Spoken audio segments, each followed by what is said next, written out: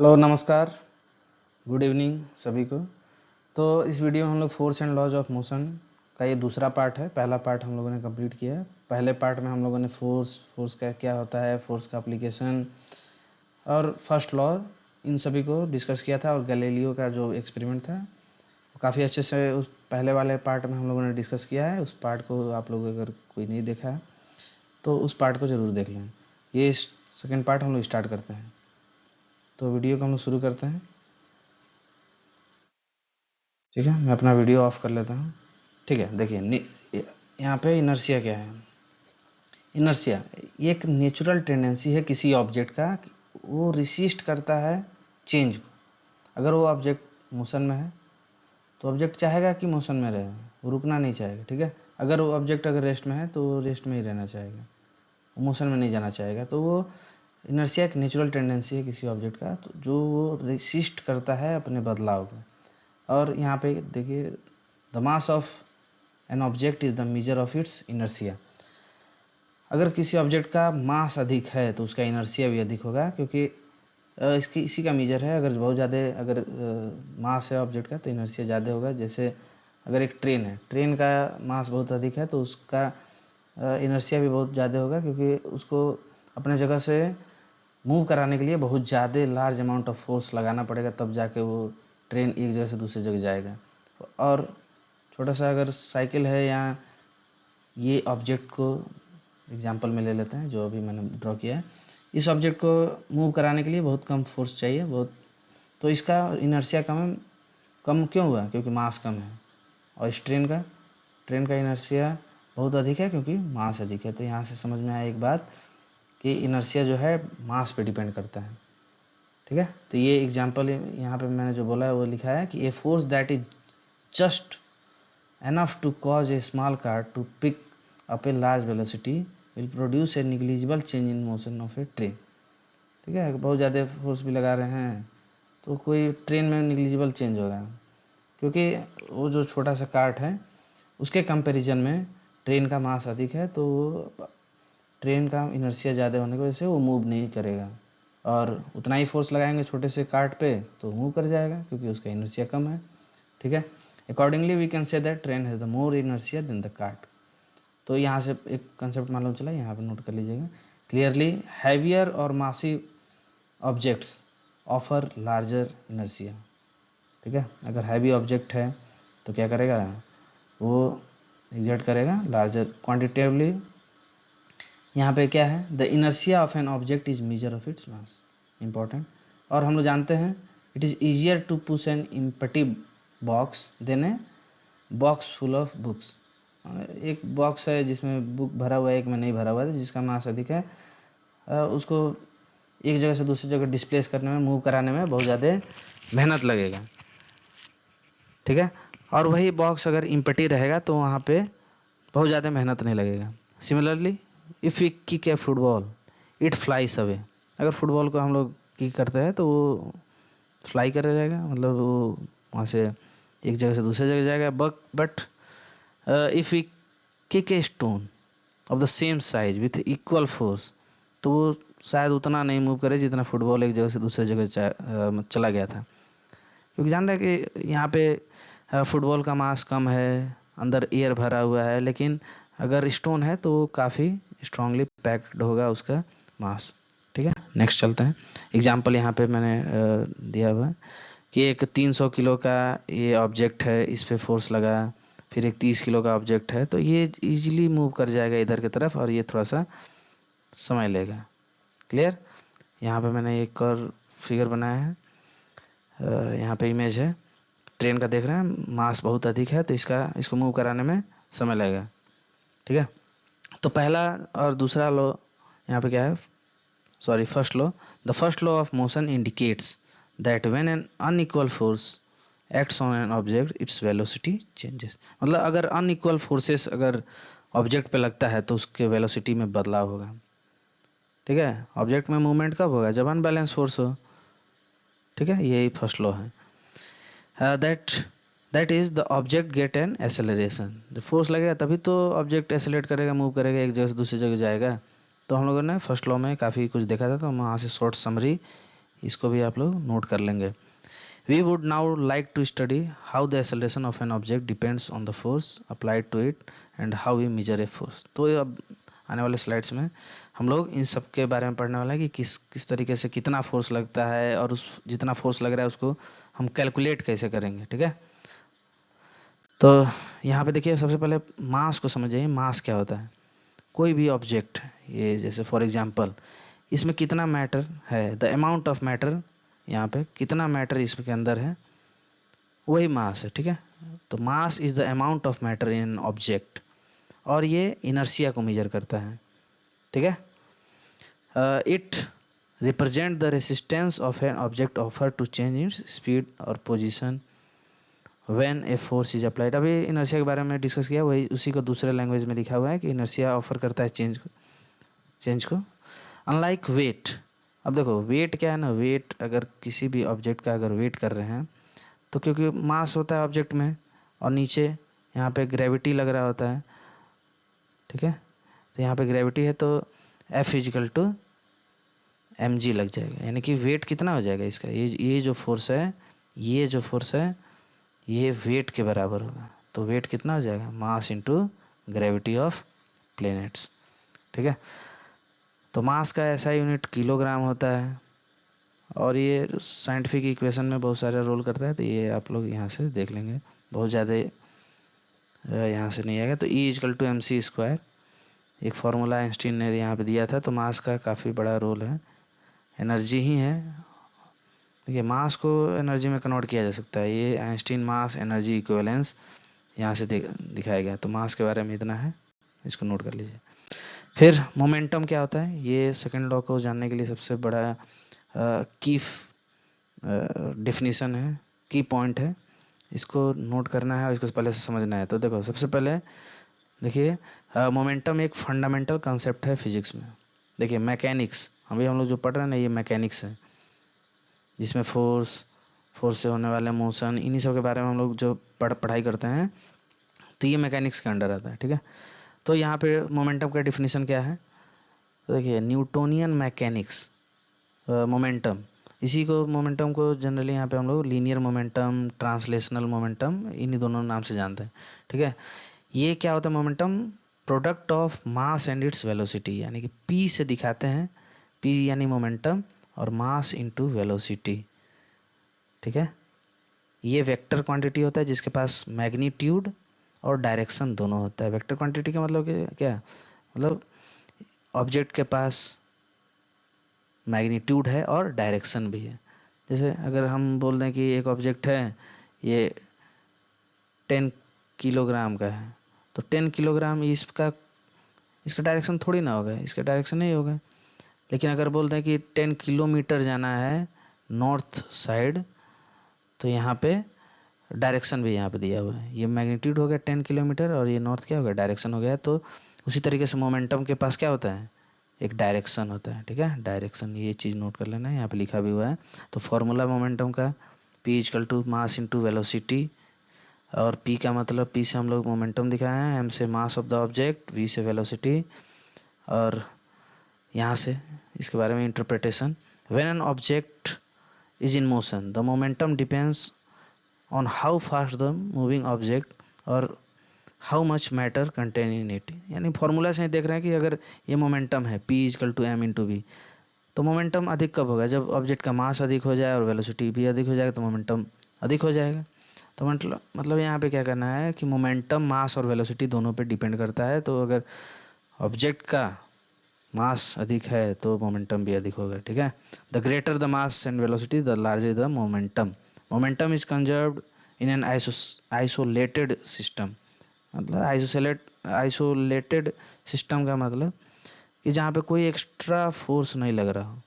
मतलब जैसे मान लीजिए कि अगर ये ऑब्जेक्ट है, मैंने ड्रॉ किया, इस ऑब्जेक्ट पे कोई एक्स्ट्रा फोर्स नहीं लग रहा है, ठीक है, ये मूव कर रहा है अपने आप। तो ये भी ऑब्जेक्ट है, तो दोनों ऑब्जेक्ट अगर आपस में मूव कर रहे हैं तो इन दोनों का जो पहले मोमेंटम जितना था, इन दोनों को टकराने के बाद भी उतना ही मोमेंटम रहेगा। तो ये मोमेंटम कंजर्वेशन है, ठीक है। इसको आगे हम लोग और डिस्कस करेंगे। और रियल लाइफ एग्जांपल मोमेंटम का, मान लीजिए कि आप कार बहुत तेज चला रहे हैं, तो ज़्यादा तेज कार चलाने से अगर मान लीजिए एक्सीडेंट होता है कार का, तो ज़्यादा नुकसान आएगा, क्योंकि मोमेंटम उसका अधिक है। अगर कार है, धीरे चल रहा है, तो क्या होगा, उतना डिस्ट्रक्शन नहीं होगा उसमें, क्योंकि मोमेंटम कम है। ठीक है। Car sports like soccer, billiards involves momentum transfer when a ball collide if it's heavy.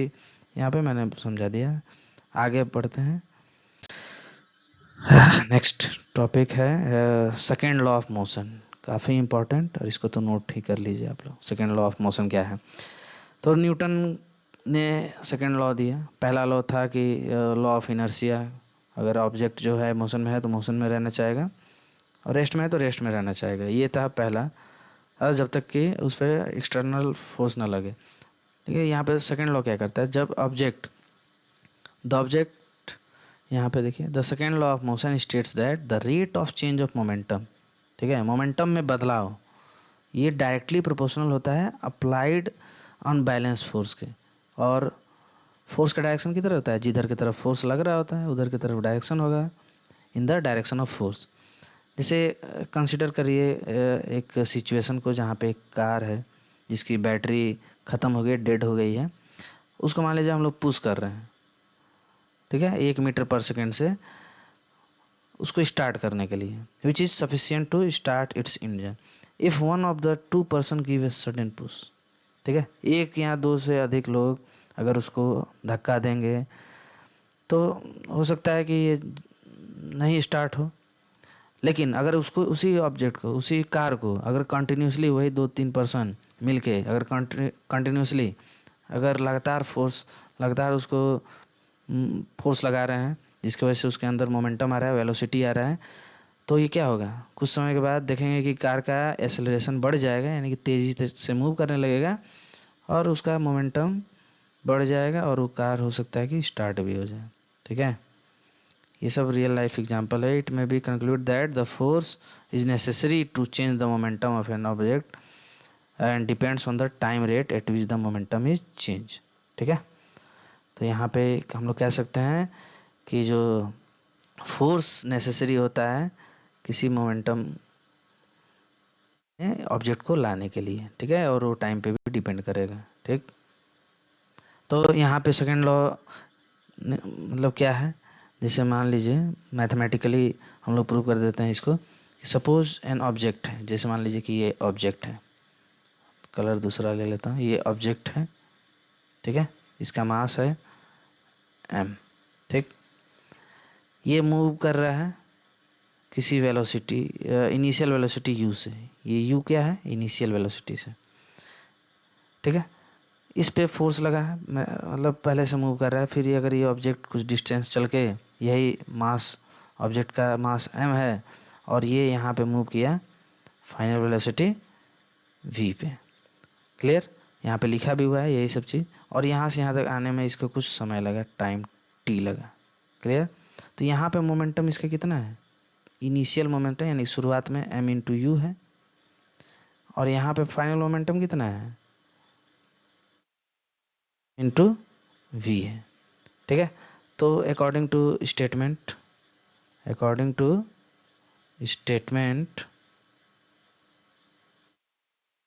Of Newton, क्या था, rate of change of momentum, यानी कि देखिए ये फोर्स जो है ना, ये डायरेक्टली प्रोपोर्शनल है चेंज इन मोमेंटम। ठीक है। Rate of change in momentum, यही है न्यूटन का सेकेंड लॉ।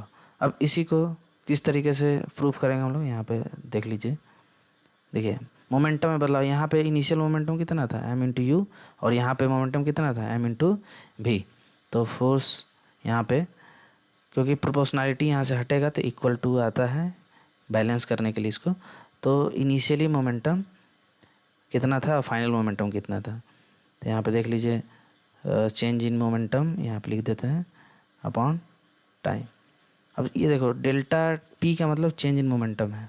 ये के की वैल्यू एक्सपेरिमेंटली 1 होता है, इसको बाद में हम लोग लिख देंगे।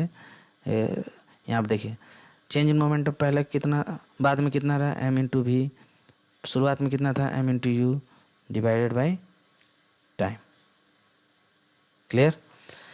अब यहाँ से क्या करिए, यहाँ से कॉमन ले लीजिए, ये एफ के बराबर है, एफ इजिकल टू के तो है ही, एम यहाँ से बाहर निकल गया और यहाँ से भी minus you divided by T.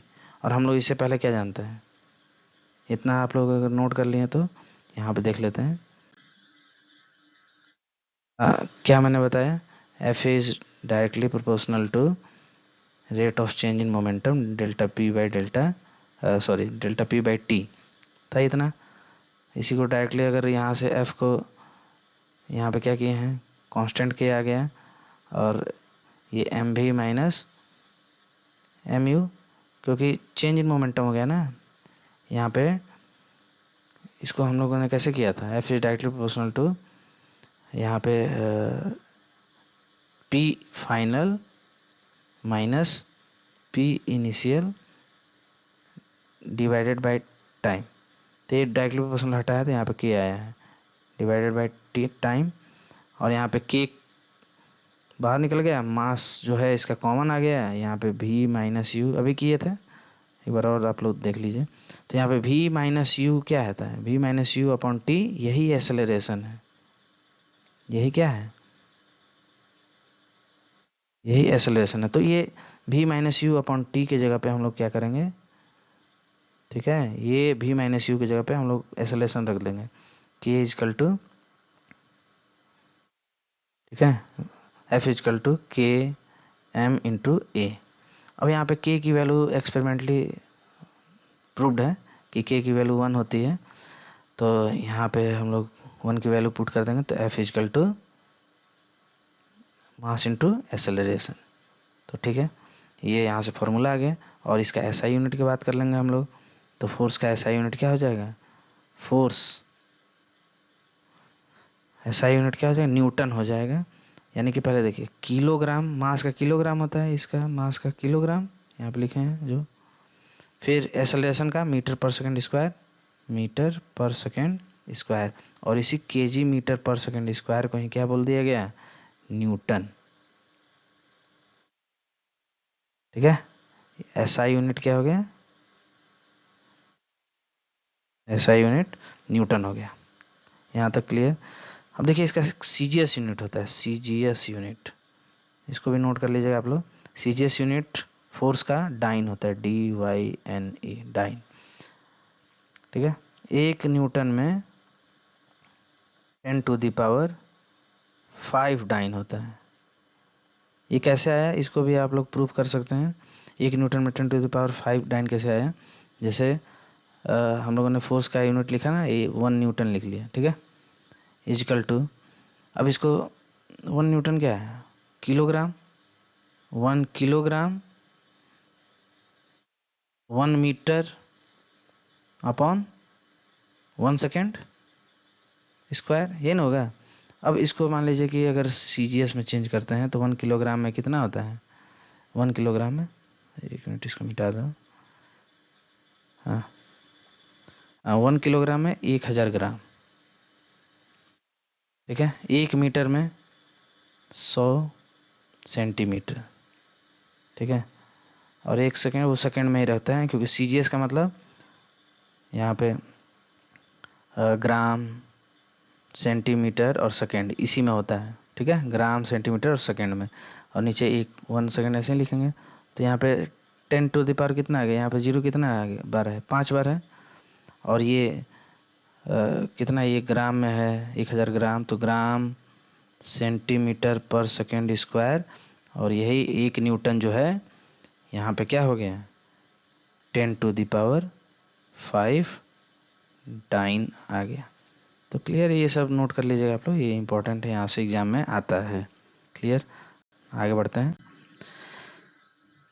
देखिए यहाँ पे एक एग्जांपल आ गया कि the second law of motion is often seen action of our everyday life. पहला देखिए, हम लोग जब बॉल को कैच कर रहे होते हैं, अगर कोई भी cricketer fast moving cricket ball को रोक रहा होता है तो अपना हाथ धीरे धीरे पीछे लेके जाता है, ठीक है। ऐसा क्यों करता है वो, तो जब वो ऐसा कर रहा होता है तो क्या करता है वो, थोड़ा सा टाइम बढ़ा देता है, क्योंकि यहाँ पे मालूम है F is directly proportional to change in momentum divided by time. तो मान लीजिए हाथ अपना पीछे लेके गए, यहाँ से यहाँ तक मानिए टाइम कुछ टी था, फिर यहाँ से थोड़ा सा हाथ खींच के इधर थोड़ा और दूर तक ले जाके वो रोक रहा है, तो मान लीजिए कि कुछ टाइम t1 लग गया, तो टाइम बढ़ गया कि नहीं बढ़ गया यहाँ से यहाँ तक लाने में, तो t प्लस t1। तो टाइम बढ़ा देने से यहाँ पे देखिए अकॉर्डिंग टू फॉर्मूला टाइम बढ़ा देने से फोर्स घट गया कि नहीं घट गया, तो फोर्स घट जाने के बाद उसके हाथ को चोट कम लगेगा। तो इसलिए जो भी क्रिकेटर होते हैं वो अपना ग्रेजुअली हाथ को पीछे की तरफ खींच रहे होते हैं।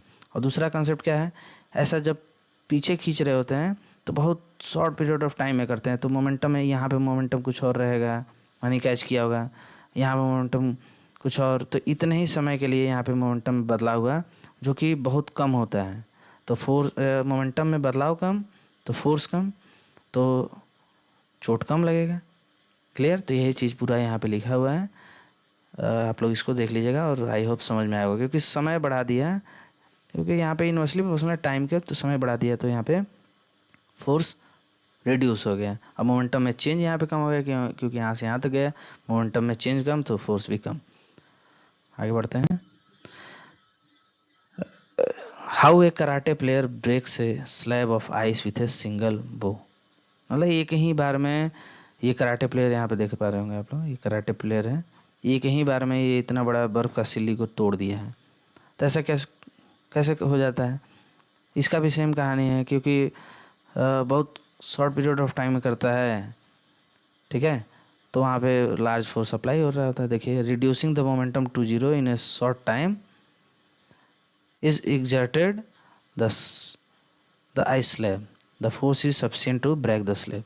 जैसे मान लीजिए कि अभी मैंने फॉर्मूला लिखा था, एक बार लिख दूँ, F is directly proportional to delta P by, यानी कि चेंज इन मोमेंटम, ये सेकंड लॉ है। अब देखिए ये इतना तेजी से अपने हाथ को मूव कराया, इतना बहुत ज़्यादा तेजी से, जिसमें बहुत कम समय के लिए इसका हाथ जो है इस आइस के साथ कांटेक्ट में रहा, बहुत थोड़े समय के लिए, तो देखिए टाइम बहुत ज़्यादा कम, तो फोर्स बहुत ज़्यादा अप्लाई होगा, तो ये टूट जाएगा, ठीक। और यहाँ पे देखिए मोमेंटम में भी बदलाव कम, क्योंकि शुरुआत में उसके हाथ की वेलोसिटी 0 थी और अचानक से बहुत तेज फोर्स अप्लाई कर दिया, तो उसका मोमेंटम में बदलाव ज़्यादा है तो फोर्स और ज़्यादा। तो यहाँ से इस फॉर्मूले से समझ जाएंगे आप लोग। और यहाँ पे ये क्या हुआ, बहुत ज़्यादा एक्स्ट्रा फोर्स लगा। क्लियर? आगे बढ़ते हैं, ठीक है। ये एग्जांपल था, क्रिकेटर जो है इस तरीके से बॉल को हाथ से रोका, फिर ऐसे धीरे धीरे हाथ जो है पीछे ले गया, ऐसा करने से क्या किया, टाइम इंक्रीज कर दिया, टाइम इंक्रीज करने से फोर्स डिक्रीज हो गया। अब मोमेंटम में बदलाव, यहाँ से यहाँ तक मोमेंटम कुछ और, यहाँ पे कुछ और था, यहाँ पे कुछ और था, मोमेंटम में चेंज कम हुआ, ठीक है, तो फोर्स कम लगा। एक और यहाँ पे क्वेश्चन आता है कि कोई एथलेट जो होते हैं सब, ये किसी भी इस तरीके से कर्टेन पे क्यों कूदते हैं, तो यहाँ पे भी टाइम पीरियड और बढ़ जाता है। जब वो नीचे गिर रहे होते हैं किसी ऊंचाई से या कूद रहे होते हैं, तो ये कर्टेन थोड़ा सा दबता है, ठीक है, दबने से थोड़ा सा समय बढ़ जाता है, फोर्स कम लगता है और चोट कम लगता है। इसलिए आप लोग देखे होंगे कहीं पे लड़ाई वगैरह वो कुश्ती कराया जाता है तो नीचे कुछ कर्टेन लगा दिए जाते हैं या मिट्टी का ढेर लगा दिया जाता है कि फोर्स कम लगे और वहाँ पे लोगों को इसके वजह से चोट कम लगे, ठीक है। तो यहाँ से आप लोग समझ गए। आगे बढ़ते हैं, थर्ड लॉ ऑफ मोशन, तीसरा नियम क्या कहता है। तो देखिए थर्ड लॉ तो सिंपल है, क्योंकि जो ऑब्जेक्ट है, ये ऑब्जेक्ट नीचे की तरफ एक फोर्स लगा रहता है, मास इनटू ग्रेविटी, एक फोर्स लग रहा है क्योंकि अर्थ की ग्रेविटी इस ऑब्जेक्ट को खींच रही है, ठीक है। ये ऑब्जेक्ट फोर्स लगाया नीचे, तो ये सरफेस भी एक इसके अपोजिट एक फोर्स लगाएगा, तो ये इसका एक्शन हुआ, इसका क्या है, ये एक्शन हुआ, और यहाँ पे ये इसका रिएक्शन हुआ। रिएक्शन कितना हुआ, जितना ये फोर्स लगाया उतना ही फोर्स अपोजिट डायरेक्शन में इसके द्वारा लग गया, तो यहाँ पे रिएक्शन फोर्स बोलेंगे इसको, रिएक्शन फोर्स भी बोलते हैं या नॉर्मल फोर्स बोलते हैं, ठीक है, नॉर्मल भी बोला जाएगा इसको।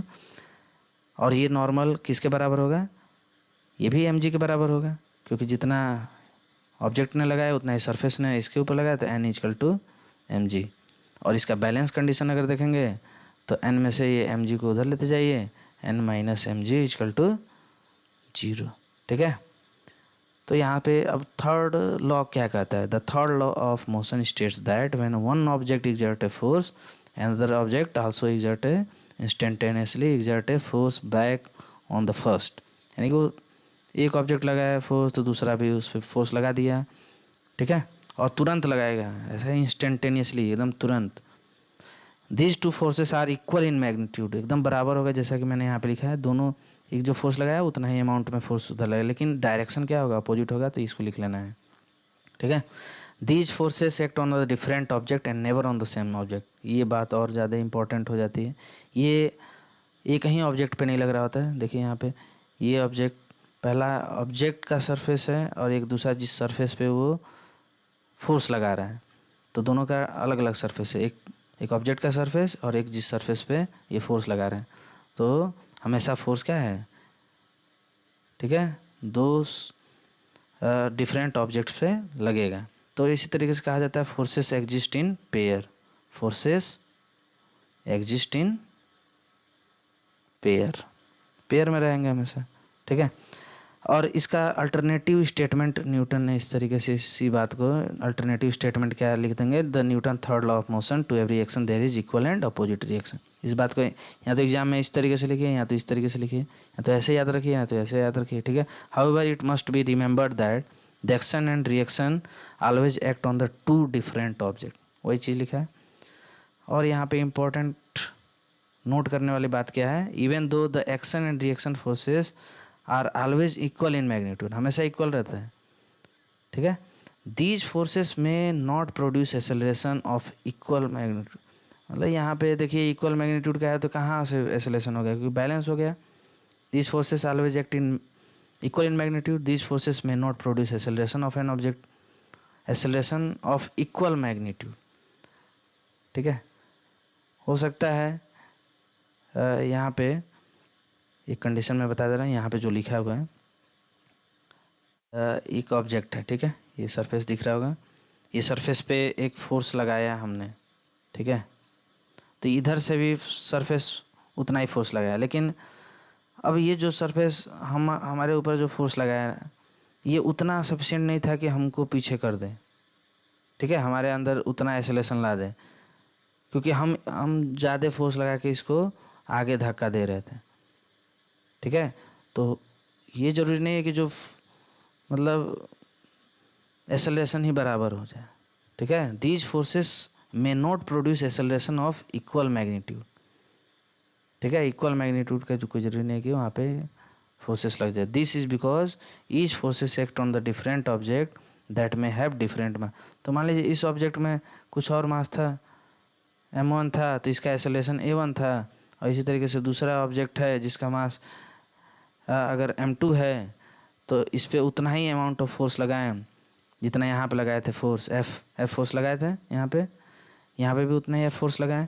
तो हो सकता है कि अब ये किसी दूसरे एक्सेलरेशन से मूव कर जाए। ठीक है, देखिए यहाँ पे दो ऑब्जेक्ट है, दोनों का मास अलग अलग है, लेकिन फोर्स सेम लगा रहे हैं, तो एक्सेलरेशन अलग अलग हो जाएगा। तो इसलिए एक्सेलरेशन का फॉर्मूला क्या हो जाता है यहाँ पे? F/m। ठीक है, तो मास अलग अलग तो एक्सेलरेशन अलग अलग। ये कहाँ से आया ये फॉर्मूला? F=ma से ही आया, F=ma से ही आया, यहाँ से इस पे न्यूमेरिकल्स आते हैं। ठीक है, आगे बढ़ते हैं हम लोग। हाँ, ये एग्जांपल देख लेंगे। देखिए यहाँ पे 3 लोग हैं। In the game of football sometimes we while looking at the football and trying to kick it a greater force collide with a player of opposite team, both feel hurted because each applied a force to the other. In other words, there is a pair of forces that not just one force। ठीक है, क्योंकि देखिए दोनों को चोट लगेगा, ये इधर फोर्स लगाया तो इसका भी ऑब्जेक्ट तो इधर फोर्स लगाया होगा। अगर सिर्फ एक की वजह से ही अगर चोट लगता है तब तो बहुत अच्छा था, दुनिया दूसरे तरीके से होती शायद। ठीक है, जो हिट करता है सिर्फ उसी को, जिसको हिट कर रहा होता है उसी को चोट लगता है, हिट करने वाले को तो नहीं लगता है। लेकिन ऐसा होता नहीं है जनरली। ठीक है। तो दोनों को चोट लगेगा, यहाँ पे देख पा रहे हैं, यहाँ पे तीनों को चोट लगा है। एक ये इस पे फोर्स लगाया, ये इस पे फोर्स लगाया होगा, ये इसको चोट लगाया, ये इसकी वजह से इस पे फोर्स लगा, और यहाँ पे फुटबॉल खेल रहे हैं सभी। क्लियर? आगे बढ़ते हैं हम लोग। ये एग्जाम्पल है गन वाला, बंदूक का। इधर से जब बंदूक से गोली फायर हुआ तो बंदूक भी पीछे की तरफ जाती है, क्योंकि ये भी फोर्स लगा के आगे बढ़ा, तो ये पीछे लगा के इधर से भी फोर्स गया। तो यहाँ पे क्या कहानी चलती है, जब बंदूक को फायर किया जाता है तो एक पीछे की तरफ भी एक फोर्स लग रहा होता है, रिएक्शन फोर्स जिसको बोलते हैं। देखिए यहाँ पे एक्शन हो रहा है, ठीक है, ये बंदूक निकला है, ये एक्शन है, एक्सेलरेट कर रहा है, गोली आगे की तरफ जा रहा है बुलेट, तो ये पीछे की तरफ एक फोर्स लगाया है जिसको बोलते हैं रिएक्शन फोर्स, पीछे की तरफ लग गया। तो यही बात यहाँ पे लिखा हुआ है यहाँ पे, और एक्सेलरेशन होने लगता है गन में, गन पीछे की तरफ मूव कर जाती है, रिकॉइल वेलोसिटी ऑफ गन बोलते हैं, यानी कि गन पीछे की तरफ धक्का दिया। आगे बढ़े। ये देखिए ये एक मूवी है लाइफ ऑफ पाई, वहाँ से मैंने इसको लिया है। देखिए यहाँ पे बताना क्या है, इस मूवी नहीं मतलब इस फिगर से, क्योंकि नाव में भी हम लोग को आगे बढ़ना होता है तो पीछे की तरफ ये जो मूव कराते हैं, ये जो स्टिक है इसको पीछे की तरफ ले जाएंगे तो ये नाव आगे की तरफ जाएगी। ठीक है। एक sailor jump out of the rowing boat, as a sailor jump forward the force of the boat moves backward. जिस तरीके से एक सेलर मान लीजिए कि यहाँ से दूसरे शिप में, इस शिप से इस शिप में जाएगा तो ये वाला शिप पीछे चली जाएगी। ठीक है, ये टाइगर है, डरना नहीं है, आगे पढ़िए। Law of conservation of momentum. Law of conservation of momentum is a fundamental principle, एक फिजिक्स का फंडामेंटल प्रिंसिपल है, जिसमें एक डिफिनीशन इसका क्या है कि आइसोलेटेड सिस्टम में अगर कोई फोर्स नहीं लग रहा हो बाहरी, तो मोमेंटम कंजर्व रहता है, यानी कि मोमेंटम पहले जितना लग रहा है टकराने के बाद भी उतना ही मोमेंटम लगेगा। जैसे यहाँ पे पूरा कहानी लिखा हुआ है, ये कहानी क्या है मैं अभी कह देता हूँ, बता देता हूँ। यहाँ पे देखिए समझिए कि एक मास है ये m1, दूसरा मास है m2, ये पहले से इनिशियल वेलोसिटी u1 से मूव कर रहा है, ये इनिशियल वेलोसिटी u2 से मूव कर रहा है, और u1 की वेलोसिटी अधिक है u2 से, और यहाँ पे ये टकरा गया। ठीक है, यहाँ पे ये कोलिजन हो गया, तो कोलिजन हुआ तो ये इधर फोर्स लगाएगा और एक इसका अपोजिट फोर्स एक इधर लगेगा। ठीक है, तो फिर टकराने के बाद क्या होगा कि ये जो m1 ऑब्जेक्ट है ये v1 वेलोसिटी से मूव करेगा, और ये m2 ऑब्जेक्ट है ये v2 वेलोसिटी से मूव करेगा। तो होगा क्या, ये पहला ऑब्जेक्ट है ये m1, ये m2, m1 ने लगाया दूसरे पे, यानी कि 1 2 हो जाएगा, मतलब पहले का दूसरे पे लग रहा है और यहाँ पे दूसरे का पहले पे लग रहा है। ठीक है, तो ये इक्वल इन मैग्नीट्यूड है, मैग्नीट्यूड से सेम है, F12 is equal to minus of F21। ठीक है, तो यहाँ पे फोर्सेस बराबर लगेंगे, लेकिन बस माइनस का मतलब यहाँ पे क्या है कि अपोजिट फोर्सेस लग रहे हैं यहाँ पे। तो फोर्स का फॉर्मूला होता है मास इंटू एक्सेलरेशन। यहाँ पे m1 है, मान लीजिए a1 एक्सेलरेशन लग रहा होगा, ये माइनस, यहाँ पे ऑब्जेक्ट m2 है, यहाँ पे एक्सेलरेशन a2 लग रहा होगा। m1 एक्सेलरेशन यहाँ पे इस ऑब्जेक्ट का कितना हो गया, पहले u1 से एक्सेलरेशन क्या होता है, चेंज इन वेलोसिटी, पहले u1 से मूव कर रहा था, बाद में v1 से मूव कर रहा है, तो v1 minus u1 upon t।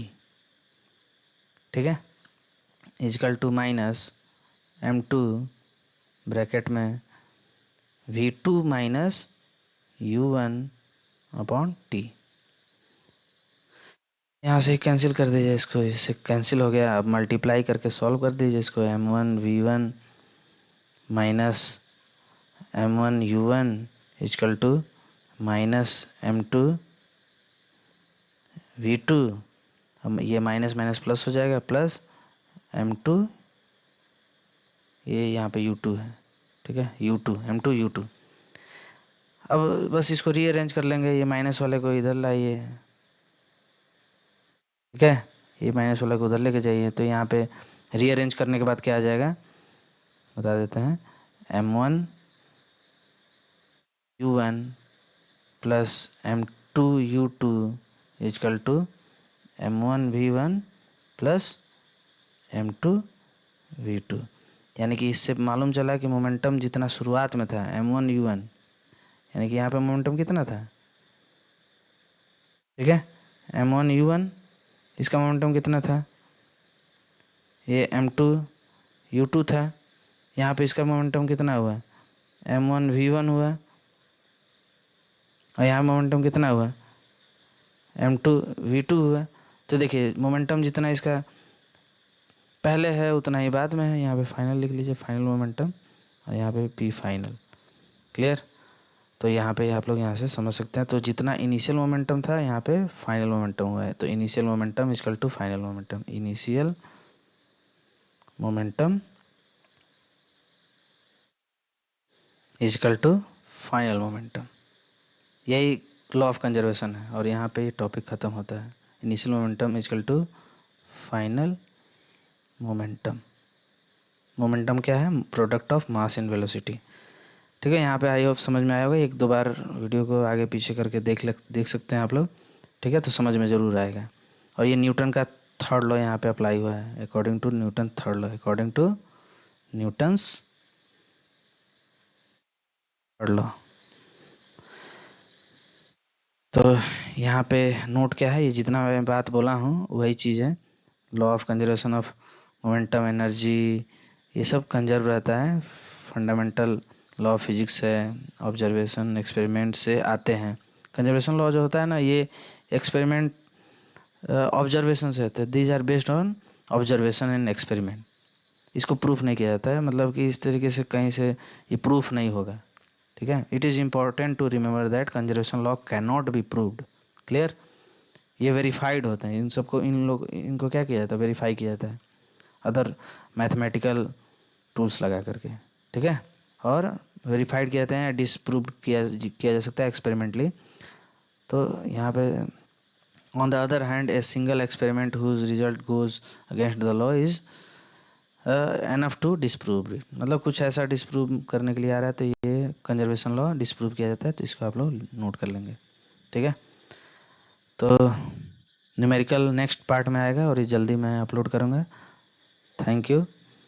आप लोग को अगर अच्छा लगा हो तो लाइक सब्सक्राइब, पहली बार बोल रहा हूँ, ठीक है, सब्सक्राइब कीजिए भाई आप लोग, ठीक।